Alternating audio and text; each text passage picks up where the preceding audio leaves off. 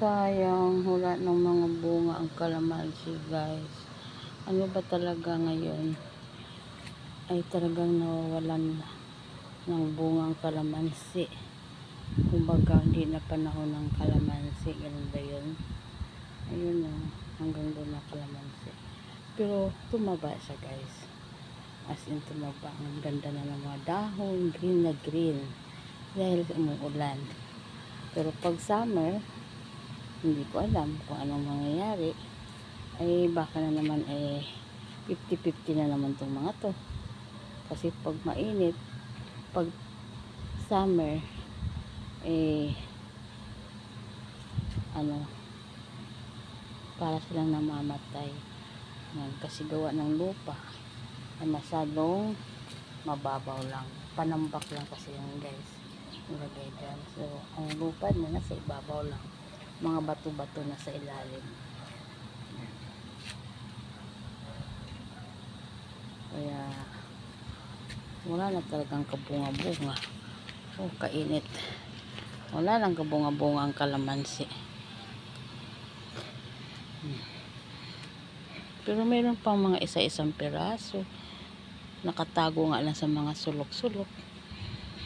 Dahil gawa ng bata pa siya, guys, itong puno. Kaya siguro hindi pa talaga ang tuloy-tuloy yung pagbubunga niya. Pero kung may edad na yan, ayun, hindi wala nang hinto ang pagbubunga niya mga yan. Magwawantusawa na ng kalamansi. Gumawa ng mga juice. Ganun, diba? Pero sa ngayon, bata pa sila. Kaya hindi patuloy-tuloy yung pagbubunga. Tulad nito, guys. 3 puno yan magkatabi dyan. Tawag ba yan ay ano bang tawag yan? Palmera? Palmera ba yung halaman na yan?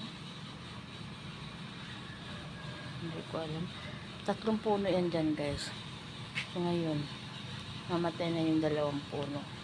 Sige na lang natira. Ibig sabihin ng lupa, guys, hindi talaga maganda. Hindi maganda ang lupa. Kaya ganun. Ano naman kaya ito niya sa ilalim na to? May tinanim yata sila rito. Ayan. Nasa garapon na yan. Ano naman kaya yan?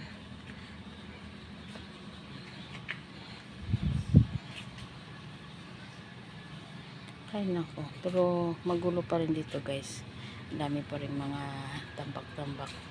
Hindi pa talaga naayos. Ayan o. Ang dumi pa ng mga daanan o. Ayan.